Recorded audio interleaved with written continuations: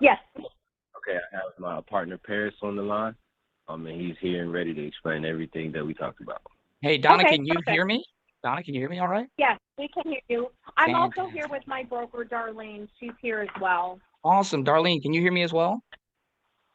I can hear you just fine, thank you. Awesome. Well, for one, I'm so glad to have you guys here. I'll tell you a little bit about myself, and then I'm going to take the questions. Javion gave me the snapshot of what you guys needed, and then we'll hit it. So my name is Paris. While I am the leader of a team of sales professionals, I'm also a North Carolina realtor. And so I want to start with that whenever I'm talking with other realtors, because the conversation here is that I have to make sure that we're all on the same page and that you understand that I understand that you have fiduciaries. I want to make sure that this makes sense to you. One, so that the next time you have a problem like this, it can come back to my team. You have Javion's number, and you can always reach out to him if you have a problem like this in the future, or any other categories that we have here. Cool. Okay. And so he explained to me that you have a client that is looking at the possibility of a lease option. Specifically, and correct me if I'm incorrect here, please. He explained that the barrier for some of the other options that we go for was the DTI. Is that correct? Well, it's more, he's wanting to purchase a home in Georgia, Mm-hmm. so he cannot do that if his name is still on the mortgage here. So the original offer that was presented would not work because he would not be able to get the house in Georgia. So Javion mentioned that a lease option would work best, and he had said that it would no longer be in our seller's name, but we're not sure how that's possible to not still have it in his name. So we're curious of how that actually. Okay. So I appreciate that. So two clarity points, or really a question and then a clarity point. But I'll start with the most important thing. So that's a little bit of a misnomer there, and so I'll make sure that let me correct the point there. So with the lease option, what we've had very good luck with, and I won't say luck, it's just a matter of how it works and working with some other lenders, is that when we execute a lease option, statement number one, the loan does remain in the seller's name, right? But what we do is we offset the debt to income ratio by leveraging a lease option. In that circumstance, the underwriter for that seller's new property, they will be able to remove 100% of the the cost of that home, the debt service, from their DTI based on the Fannie Mae Freddie Mac guidelines.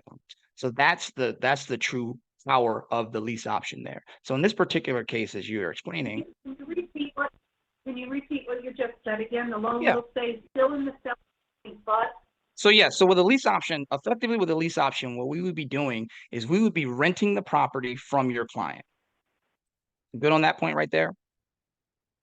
uh-huh. So with the lease option, we'd be renting the property from your client for a set amount until a specific amount was paid, right? So let's say that the value here for simple ballpark numbers was $100,000. Not the case here, but let's talk about it that way. What we would be doing is we would rent it from your client at however much the payment is that we'd agree on, and obviously it depends on the numbers. And then what we would do is part of our lease agreement would be that we would be able to release that property, right? We would sublet it effectively based on the specific terms and language important. And then what we would do is we would benefit from subletting that property. Obviously, the conversation within there is that your client qualified for the loan. It would effectively be him renting the property to someone else, corporation in this particular case, who will then rent to tenants who we then qualify and do things within that place. In that particular structure, when your client goes to buy a new home, wherever he or she is operating, I'm going to say he for the duration here, but wherever they're operating, when they go to qualify, their underwriter, their lender is going to pull the report and he's going to say, what debts does this person have? And you will see a loan from ABC Mortgage Company. Absolutely.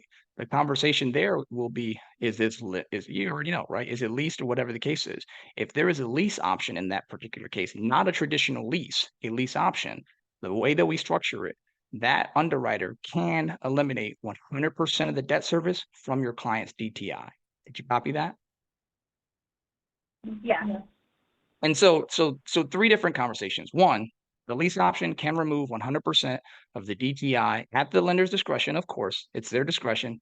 What we do is we work with lenders to understand the creative finance structures that we're leveraging, and then they will go forth and they will give your client the best case advantage in that particular case. It is at their discretion. And so some of them, their underwriters will say, no, we will not do that. But we specifically have processes in place. So we work with the people who will say, yeah, that guy won't. That's crazy. It's within the guidelines. We can do that. So that's stage one. Going to delineate there for the regular lease is usually up to 75% of the lease, the written lease. That's one of the reasons why we don't just rent it directly from that structure. We use the lease option so that we are paying toward that value over time instead of just putting into the seller's pocket. It's an obvious distinction there. The model for us, unless it's a super lucrative deal, usually commercial, we don't really do the traditional lease option. I mean, the lease function. Then going back to the other option there, with those two things in mind and how we can leverage the lease option, my question goes to what is the particular barrier for the seller here as far as buying that new home, right? You're saying that he can't buy a new home with this other loan. Well, we found that to not be true with the leverage of one, the sub two properties being taken with loan servicing, right? Which will allow them to provide documents to any underwriter in the future. Or under certain circumstances, what we can do is we can execute the lease option once they purchase their new home. Then one of the items that we'll have within that lease option, if this is what he's interested in, is we can then execute and take that loan subject to. So it's more of a timing conversation as we usually apply it. So my question to your team here is that if the seller's problem is that he's buying a new property, and right now the barrier is that he doesn't qualify for whatever the reason is, and I'm hoping to get a little bit more information there. If we can solve that problem for him so that he is not paying this mortgage, that he can go and buy his new house, would he be open to the possibility of selling it to a sub two through the execution of a lease option? When does the house stay in his name, the deed, And until so the lease is fulfilled? correct. In both of those situations, whether it's subject to or the lease option, which is effectively renting, the deed would stay in his name. And the loan, well, excuse me, the deed would transfer in the sub two option, and the lease option, the loan and the deed would stay in his name until we execute it. And so it's really a conversation of what does the seller functionally need, right? He's moving to a new house. Looking at the notes here that I have for the property, this isn't one of our super terrible tragedy cases where they have to absolutely get from under the house entirely, right? It's a little on the lower side, but it's not a tragedy. It's also, as I'm looking here, this isn't a divorce case, is it? No. Okay, He's so getting transferred back. oh, So, even better. and So buy a he's house. a veteran. It's a VA item here. Okay, cool. So I'm a veteran myself. So even more importantly, right? Not the veteran. Not a Yeah, veteran? he's getting, no, his job is transferring him back Oh, to okay. Jones. Oh, excuse me. Very well. I mean, assumption. So yeah, he's moving for work. He's got a timeline that he's trying to stick to. And so with the situations like this, we call these move for work, right? Which is kind of going inside baseball here. And so if he's looking to buy that other property, he's trying to get qualified. In most cases, unless I'm missing something, he's more than likely running up against the debt to income ratio issue. Or is it that he needs a down payment? Like what's the barrier here? He needs to get rid of this debt, or else he's not going to get a new mortgage.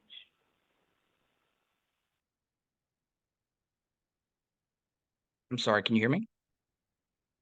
Yes, I said he needs to get rid of this debt, or he's not going to get a new mortgage. And everything you're sounding sounds fine, but I need to know when exactly the house stays in his name then while you're doing this lease purchase, and when does the property go into your name, the deed of the property go into your name? When So what you said something about was executed?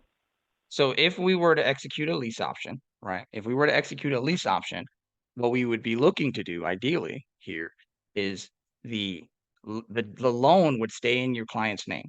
And that is a hard position, right? That's the model that we're employing because we do not want to have to go out and qualify for loans and pay the cost to the lenders and the banks if we don't have to. And functionally we don't have to.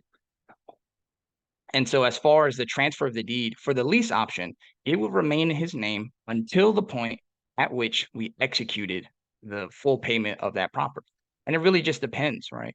I've got partners that I've done some of these deals with where we're just going to continue to lease option it until the end of the lifetime, where the entire loan is paid off, where the option to purchase is zero. In that particular structure, we are paying effectively every month's mortgage, and which is we're getting into the weeds here, but what we're doing is we're paying every month's mortgage until the property is paid off. And at the end of that period, the balance is zero. And that's when the deed would transfer. However, there's other ways that we can employ it where we leverage it with sub 2. In this particular case, your client would sign a lease option with us where we would take over the obligation to pay that monthly mortgage. Let's call it $1,000 as a snapshot just for the conversation. We would say, we, as the Wild House Inc., will take over the payments of this mortgage, $1,000, for a period of, let's call it 3 years, with the option to buy out the contract and take it over sub 2. He would be able to take that contract to his new lender and say, yes, I have somebody covering my mortgage for the foreseeable future. He would then be able to qualify with that 100% DTI covered based on the numbers. Of course, we do that math. And then once he closes on that new property, then what we would look to do is we would look to execute that lease option with the purchase option, where we would then purchase and take over the remaining loan sub 2. At that point, the deed would transfer. And it's really a timeline for him. He's moving for work. If he needs to move in the next, let's call it 30 days. If he needs to move in the next 30 days, and he's in the process of talking with the lender right now, and he needs some documentation that says, I have someone paying this mortgage, the lease option would answer that question for him right now. And as soon as he was able to close on his new property, then what we would hope to do, and it would be mutually beneficial here, is that we would execute the sub 2 deal, where we would take over the underlying mortgage. The loan would stay in his name. It wouldn't be a barrier for him buying that home anymore. And then we would be able to go forward, transfer the deed and title. Oh, so wait, at that point, after he purchased his new home, the mortgage still stays in his name, and then you're saying that the deed would go into your name? It would go into our company's name, not my name in particular, to be explicitly clear. Oh, I know. But yes, okay. But yes, and it is a matter of execution. I'm sorry, go ahead. What prevents you guys, your company, your whatever, from stop paying the mortgage? That's and the house is in your name, and you stop paying the payment, and that's going to fall back on him. So solid question, and that's one of the questions that I would have brought up if you hadn't brought it either way. So what stops us from doing that is normally the structure that we go for. So as a matter of policy, right? It just does not make sense for myself as the executive of the team. It doesn't make sense for us to show up with $10,000, $20,000, $30,000, pay closing costs, pay you as the realtor, and make sure that the commission fees are paid, pay title, and all these other things, and then 5 years down the line, throw it down the drain. On top of that, the reason that we execute these models is because they are cash flowing assets for us, right? We leverage a number of creative functions that allow these to cash flow for us. And we have a number of exit strategies. So stage one, I just don't make it a bad habit of showing up with $30,000 to just flush down the drain. We just wouldn't stay in business long. Stage two is that it's a cash flowing asset. And so even under the circumstances where somehow, some way, none of my 7 exit strategies work, then we still have a number of options in order to, I have never run through all 7 of my strategies. It really just transitions to another tier, right? But here's the most important part in all this that really protects your client in context, right? Let's say somehow fast forward, my entire company went insolvent. I got abducted by aliens. My sales manager went and got flushed down a toilet or something crazy like that. Part of the documentation that we would include in this package, right? We have 2 specific documents. We have a seller acknowledgement and we have a sub 2 addendum if that's the path that we went. It includes all the explanations to these things. And one of the things that we could go forth in there with is a clause that effectively says, look, if this happens, here's what you're getting. You're getting loan pay down over the entire duration that we carried that loan, right? So now where you may not have a bunch of equity, in the future, you will have more. 2, any capital that we gave as part of this transfer for cash to seller is theirs to keep. They get that at the end of the transaction, no matter what. When I say the end, I don't mean way down 30 years from now. It's just at the end of the transaction, if that's part of this deal.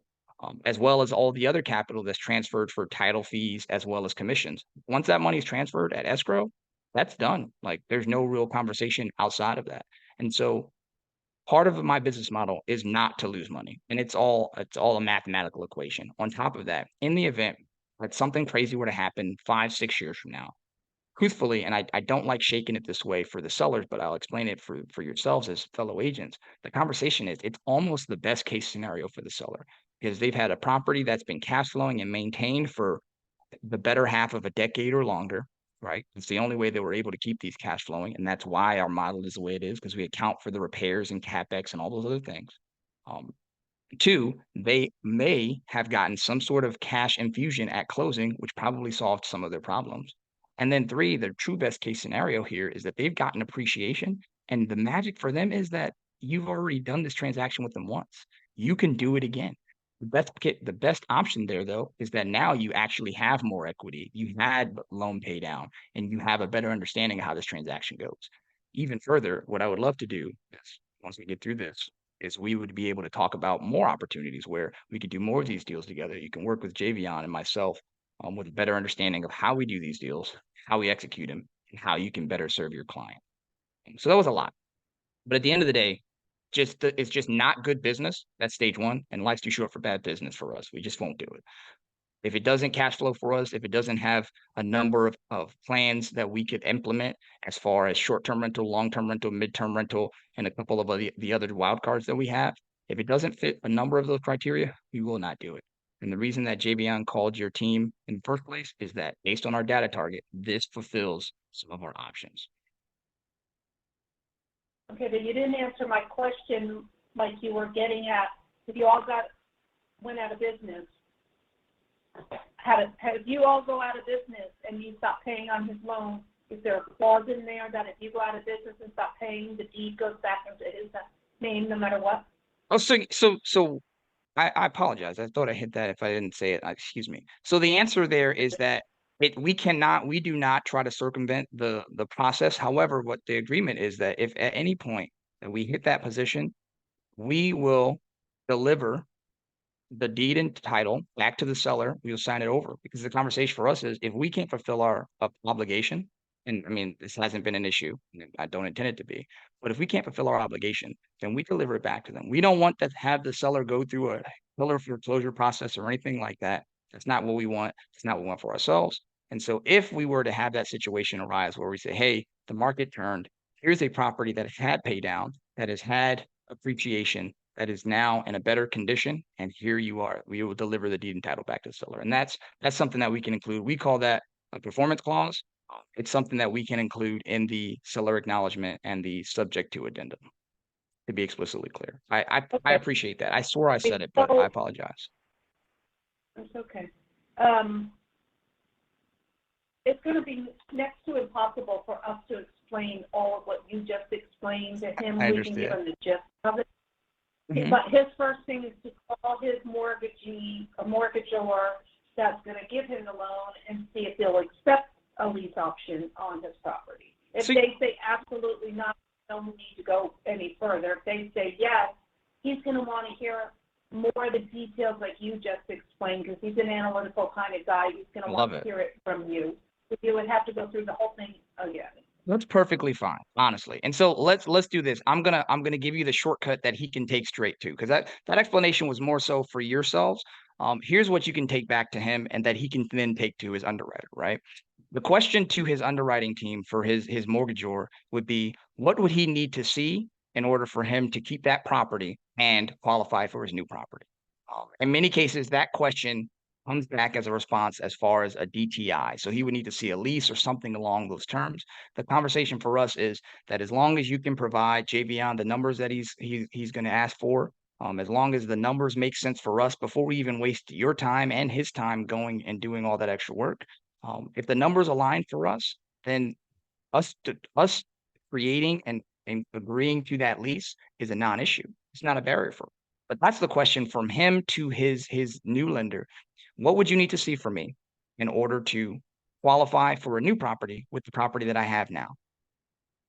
And that's it. And that lender will more than likely explain to him, hey, based on your back end ratios, this is where you are. We would need to see a lease of at least this value, right?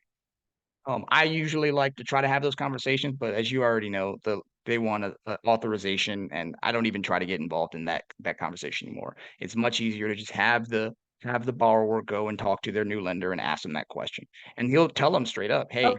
this'll work." And if he wants to have more conversation about what that means from there, what you can do is you have Javion's number. If your seller's interested, and it sounds like it might solve all his problems and fulfill the obligation, if your seller's interested, you can call Javion back. We can get back on the phone and I can break this down. We can get on Zoom or whatever makes sense for you guys.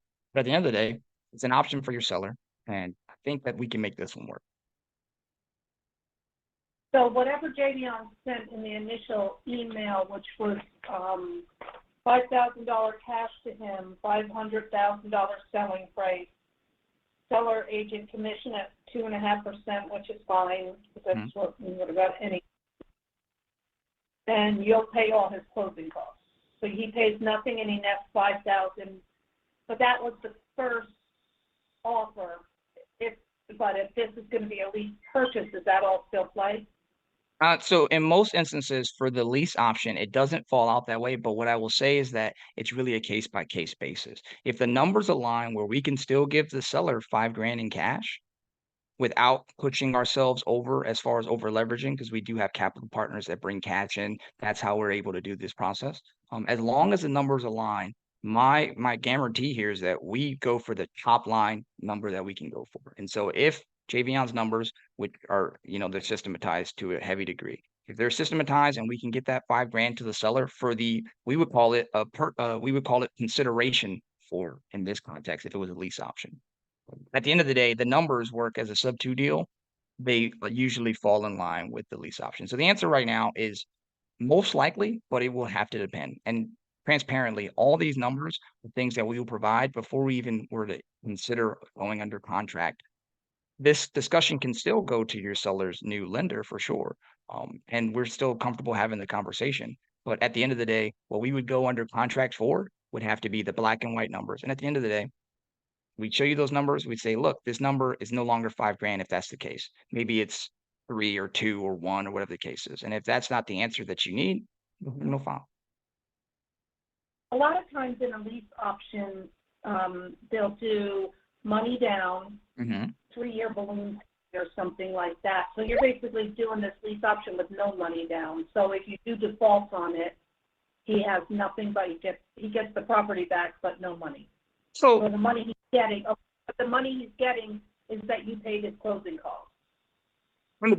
So I would say that, I can't speak for anyone else, but in general, when we execute the lease option, like I said there, the money that we provide, the consideration for the lease option is our money down, right? I can't explicitly speak to that number because at this point, as I'm looking at the notes here, we don't really have the internal numbers, right? The mortgage information, et cetera, et cetera.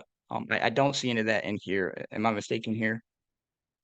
Maybe I'm looking. It says, yeah, it has it in here in option A. The loan balance is $486,960. Okay, it's on the LOI. Okay, all right, there it is. Okay, so yeah, what we would do is, if this aligns, we have a validation process that comes pretty much after decision making.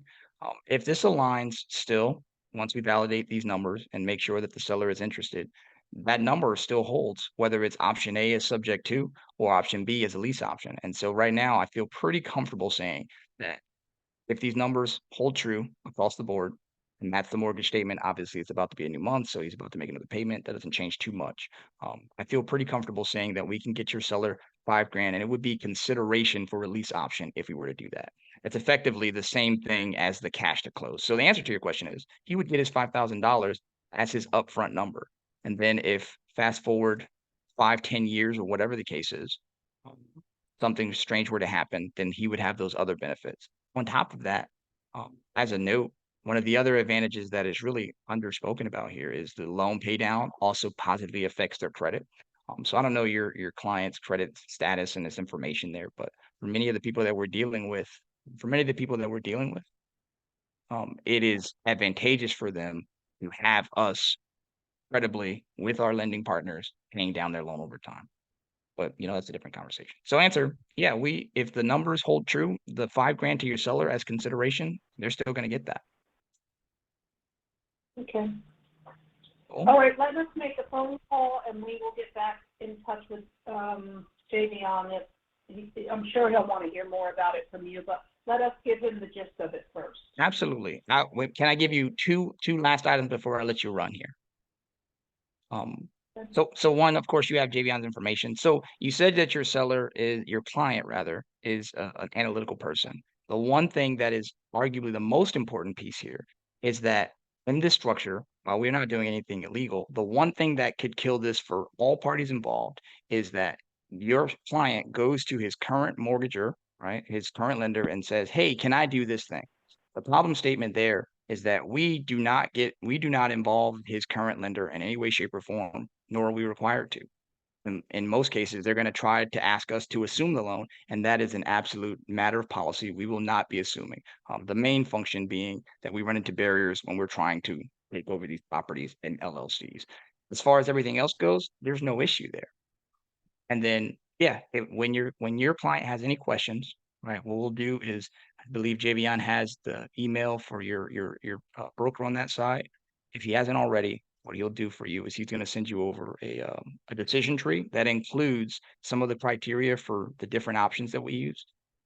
And then what you'll be able to do is, one, you'll be able to keep that on file. And if you have a client that might have an opportunity to do something like this, one of these creative options, that'll be an ace in the hole and a tool in your pocket that you can use to explain some of that to them. Cool. Yep, I got you. All right. I appreciate your time so much. If you have any other questions, you shoot them over to Javion, and then he'll drive that to me if necessary. But I'm sure that he'll be able to take care of you. And then when we get back on with your client, we'll take care of that too. Okay, perfect. Thank you. Easy. Thank Ladies, you. thank you for taking the time. You have a great day. If you need anything else, let us know. All right. Okay, thank you. Solid. Bye-bye. All right. Bye-bye. Javion, you still there? You still there, Javion? I can hear you now. Okay, hold on. Let me end the call on. Oh, cool. You already killed it. All right, bet. All right, what'd you think? Um, I I mean, it sounds like a ace pretty much, but it's just having that depth of knowledge. I'm not gonna lie, I didn't know how the fuck a lease option worked. No, So you're good. I know. I don't know what you told him. I was like, let's fix this right now. And it's not even like a throw you under the bus thing. It's like, all right, well, that's not right. Let's fucking get you, dude. So I didn't feel like it. It's just like a proper explanation. I yeah, don't think it made me less credible. It's just like I talked to my more credible partner. Like there we go. so, I Hell yeah, think hell yeah. just having that base of knowledge, being able to explain through that process, I now understand how a lease option works, and that we don't assume mortgages. But Correct. in terms of them getting a house, this isn't necessarily a barrier. Absolutely is not a barrier, right? And I continue to hit that point. And this is for your training, right? The number one barrier that your agents will always reference, that I continue to punch them in the face about, is that they have to sell their current house to buy a new house. There are very few circumstances where that's going to be true. It is not true. And the part that you have to attack is the education. So I am confident that with my assistance and Earl's assistance, and then really just your tenacity, one, you're going to take this to heart. We're going to take this call, and I'm going to make sure it gets uploaded. I'm actually probably going to stop the recording right after this and just go upload it right away. But this is you can take this as a case study, right? One, that's wrong in most cases. And I asked her, and she just said the same thing, right? Like, oh yeah, he needs to sell. Like, we find that to not be true, and here's why. And that's not saying that you're wrong. It's just that that's not from our experience. It's not true. And if it is true, then here's the conversation. You, as a service provider, Mr. Agent, who's watching this in the future on YouTube, you should know why that is the case, because there's somebody whose responsibility it is to explain why that is. And so what I found as a realtor is that many agents do not, and I'm going to get out of your hair here because I know Earl is trying to do sales stuff and I'm in his way. I found, and this is for you to know, that many realtors will defer to the lender in terms and context regarding lending, which is a good thing because most of them don't know what they're talking about. They have no additional training on the subject. When you understand more, like underwriting and how that works, and how there's somebody that says this guy's ratios are off, his debt to income ratio, DTIR, is off. That means that he owes more money than we can allow him to have compared to his income. His money out is 35 or more percent, usually somewhere between 30 and 40%. His money out is somewhere in that 30 to 40% ratio, and a huge chunk of that is his housing. That's why they'll say he has to sell. But DTI is not a barrier for us. It's not. And until you're comfortable with that, you can always push him back from Earl or myself and say, hey, I've got my senior acquisitions manager who can explain this a good bit further. My note here, however you transition through that, that's perfectly up to you, right? But the goal will be that you are good enough to be able to take that objection, that opinion, fight it, chew it up, spit it out, and say, that's not a problem, bro. Like, what are you talking about? And they'll be like, oh, here's another question. No, it's not a problem. What are you talking about? Right. And so, hey, good handoff. What I will do, Earl, right. See, you're in the car, Earl. You out and about? Let me stop this recording. Wow. Yeah, I'm about to go look at